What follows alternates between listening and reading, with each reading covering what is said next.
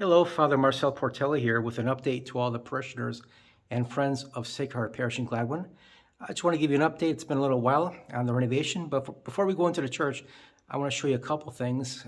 You may have been wondering whatever happened to the Crucifix that was on the wall to the left of the sanctuary. Well, that wall now is going to be the Marian shrine, and we brought this carved wooden Crucifix over and mounted it on the wall in the office building, also known as the Parish Center. And it is mounted on the wall at the vertex of the two hallways in the building. And so you can see this statue pretty much from any point in either of the two hallways when you walk in, especially. And so if you haven't been in the building lately, you can see there's a couple of other statues. I'm not talking about them today, but those were actually gifted to the parish, and we're going to install them in the probably in the activity center. But in any case, here's the Crucifix that I was talking about, and it's very prominently placed in a good location where it can be seen from anywhere along the hallways. Plus, it's up high enough where it's not going to be easily run into by anything and broken. That's very important too. Okay, so I want to show you the crucifix now that was in the church and the disposition on that now. One of the things that we had planned on doing from the very beginning was incorporating the crucifix from the church that had been in the church for a number of years that we're all familiar with. But about 5 or 6 weeks ago, it became very self-evident that we were going to be unable to do that. We had been planning to take that crucifix and suspend it over the altar in front of the reredos. I really can't show you the reredos right now because it's not available. It's not ready yet. But the reredos essentially is a new back wall that will also house the tabernacle in addition to the Sacred Heart statue that had been in the side niche. So we're going to have the Sacred Heart statue mounted above the tabernacle behind the altar. It's hard to describe, but when you see it in real life, you'll know what I'm talking about. Like I said, I can't show it to you right now. It's not available. But in any case, we were planning on suspending the crucifix from the ceiling above the altar.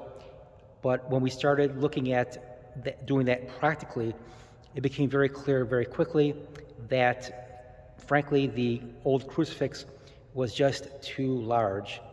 And if we hung the crucifix from the ceiling, as we had planned to do, because we can't mount it on the wall now because the reredos is there, but if we hung the crucifix from the ceiling, it would block the tabernacle for the most part, as well as the beautiful statue of the Sacred Heart. In addition to blocking the view of those items, frankly, the view just became too busy. It just became too busy and untenable.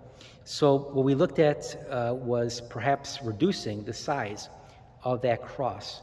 Well, that cross is 10 feet long, and even if we were to cut it down, it just was not going to work because in order to cut it down to the point where it might start to make sense, the cross would end up looking like a plus sign, which was not acceptable.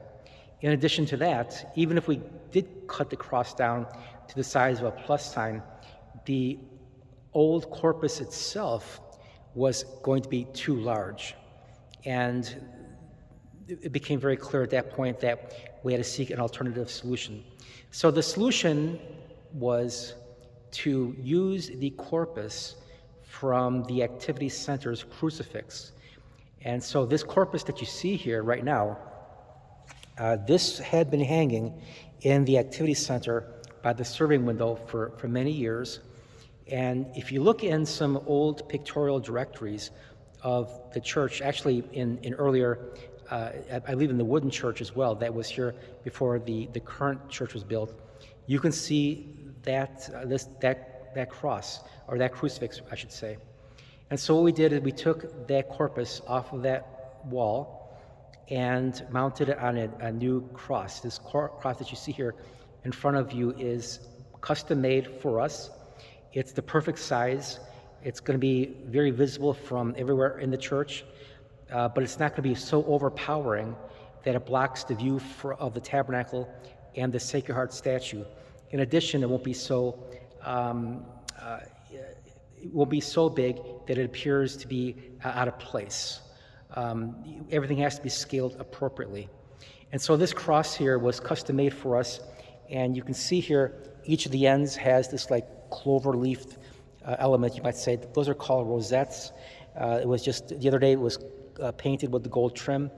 We're going to be having the INRI mounted here. It's not, the plaque, it's not ready yet. But this is the perfect size. Not too big, not too small. It's also a very beautiful design. Plus, we're also using the corpus from the historical 1909 mission crucifix from the Activity Center, a corpus that had hung in an earlier incarnation of the church. The corpus is going to be hung, the cross is going to be hung, the crucifix is going to be hung over the altar in a very tasteful way that's not going to be blocking any views. Now, the church has a document called the General Instruction of the Roman Missal, and the General Instruction of the Roman Missal, affectionately known as the Germ, it talks about the necessary furnishings for a church, and specifically in the sanctuary of every Catholic church, there's supposed to be a crucifix. It does require a crucifix. The General Instruction of the Roman Missal does not foresee the use of a resurrectifix, nor is a plain cross allowed. You have to use a true crucifix, which means a cross with the corpus of Christ on it. And so by coming up with this solution, we have something that works. It meets the letter as well as the spirit of the law regarding the General Instruction of the Roman Missal. In addition, we have something that's tied historically to the church. We have a corpus that goes back to the church, at least back to 1909, and that has been used in our church before years ago. The only thing that's new here really is the cross itself that has been made to fit the old corpus, and I think it looks really good. It's perfectly sized, and it's going to complement the rest of the sanctuary perfectly. Okay, so here we are now in the Activity Center, and as I mentioned, the original crucifix from the church had to be removed. We couldn't use it. It was just frankly too large. So we still wanted to display it, and we brought it over here to the Activity Center. We're here in the Activity Center dining room, and we installed the corpus on the now barren 1909 historic mission cross. It's not a perfect fit, I understand that, but the only other option is to reinstall the corpus on the cross that it came from the church. The problem there, though, is the ceiling here in the dining hall is less than 9 feet tall, and that cross is exactly 10 feet tall. And we didn't really want to cut that cross down and potentially ruin it. And so that cross is now safely ensconced in storage. There may become a time down the road where we can find a high enough ceiling to properly mount that, in which case we will remount this corpus onto that cross. But rather than cut down that cross and potentially ruin it for the future generations, that cross is in storage. It's in, and the corpus is here now on display on the historic mission cross. And I think, given the reality of the dimensions, you can't work against the dimensions. You have to work with what you've got. This is probably the best solution. This is the Sacred Heart statue to which I was referring earlier. And this statue had been for a number of years in the side niche, but now it's going to be placed in the reredos above the tabernacle. You can see the fingers have been repaired. One of the hands was severely damaged. Several fingers were broken off, but it's good as new now. And it's going to be mounted in the reredos above the tabernacle stand. I wish I can show you what that's going to look like right now, but it's just not ready yet. So please bear with me, but when you see it, it'll be self-evident what I meant when I was talking about having to come up with an alternative plan for the crucifix. Because if we were going to suspend the crucifix that we had in the church just prior to the renovation from the ceiling, this statue and much of the tabernacle would be blocked and frankly overpowered by that crucifix. And so now we have a right-sized crucifix that we have per our alternative plan, and this statue will really be a highlight. Rather than being kind of hidden away in a side niche, our namesake will be the focal point. And so when anybody walks into the church, there will be no doubt that this is Sacred Heart Church and not St. Gertrude's Church. Well, here's our new ambo. It's a very beautiful piece of woodwork, and it's obviously not in its final location. We just finished installing the microphone the other day, and it matches our new altar, it matches the reredos and the tabernacle stand, and it's just going to look great. On a practical level, I'm very happy to say that it has an inclined reading surface, and also behind it, it has 3 shelves. And speaking of our new altar, here it is. It's all wrapped up in cellophane and transportation blankets, so it's probably hard to tell. But this is the altar, and it's mounted on you can see on a dolly.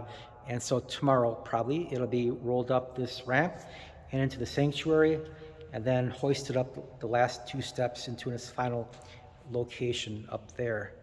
So the altar itself is a beautiful piece of woodwork that's about 6 inches longer than our outgoing altar, so it's perfectly sized for our sanctuary.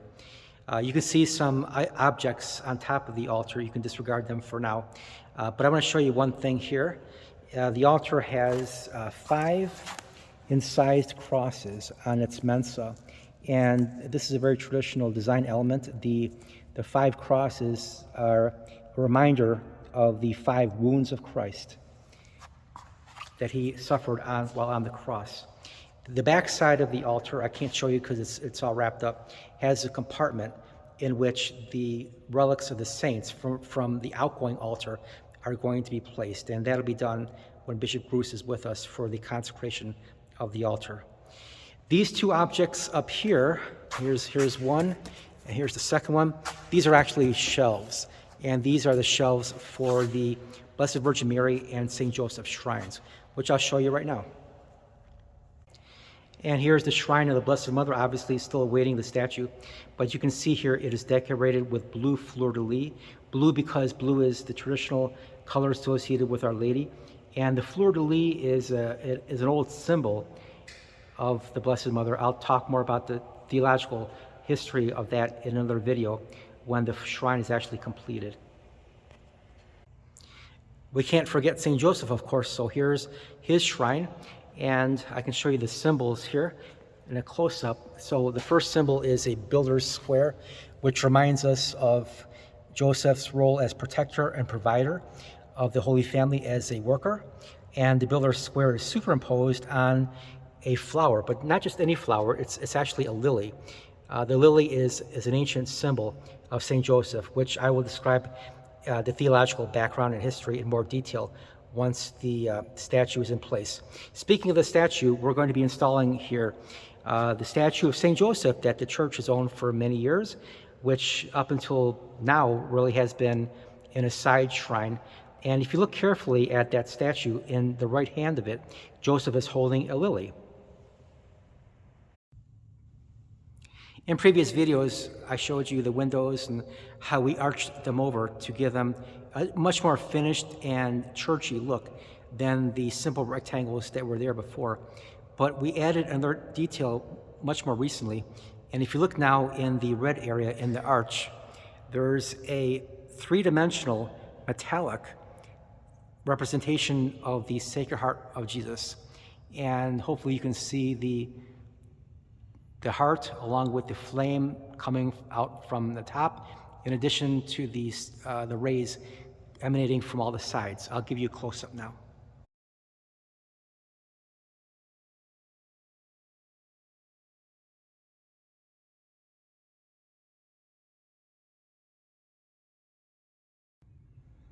And here's our new baptistry, or at least most of it. We're still awaiting a pool that attaches to the base of it that allows someone to stand in it for water to be poured over them if they wish to be baptized in that way. But it's going to be installed near the back of the church rather than in the front, because this is the traditional location. The reason why it's the traditional location is because the baptistry reminds us of the fact that baptism is the entry to the Christian life. And so when we walk into the church, we bless ourselves as a reminder of our baptism, and as we proceed forward closer to the sanctuary, we receive the Eucharist. All right, so let's take a walk now up into the choir loft, and I can show you a couple things here.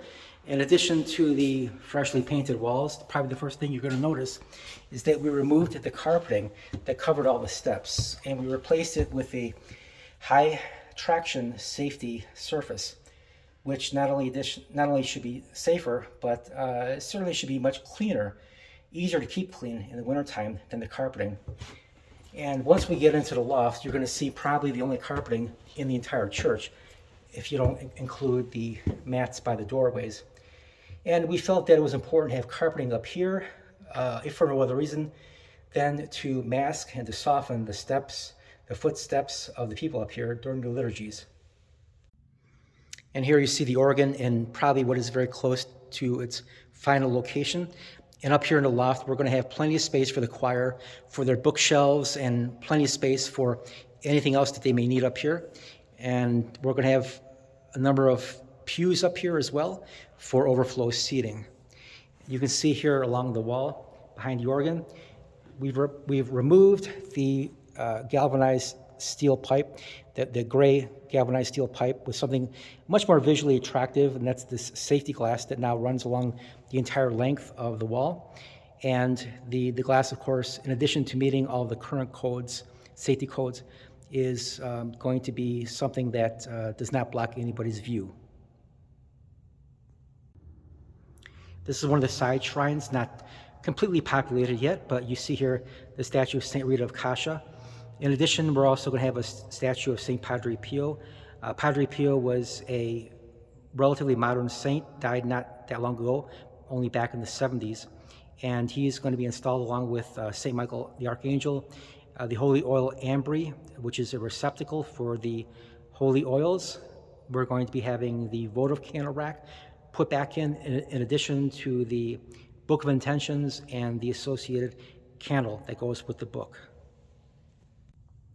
Well, I'll bring this video to a conclusion by thanking once again all of our contributors to our capital campaign. Thank you for all those who have contributed over the years and even are still doing so, as well as to all those who have made one-time gifts.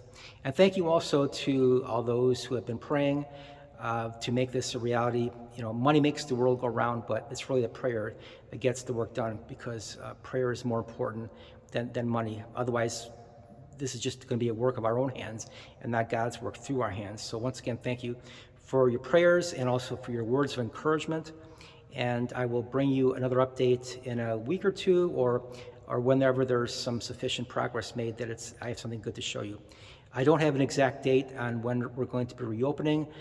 There are still a few things a bit out of our control that may slip the schedule, but I will certainly keep all of our parishioners and friends updated through announcements in the bulletin, before Mass, and through Flock Note.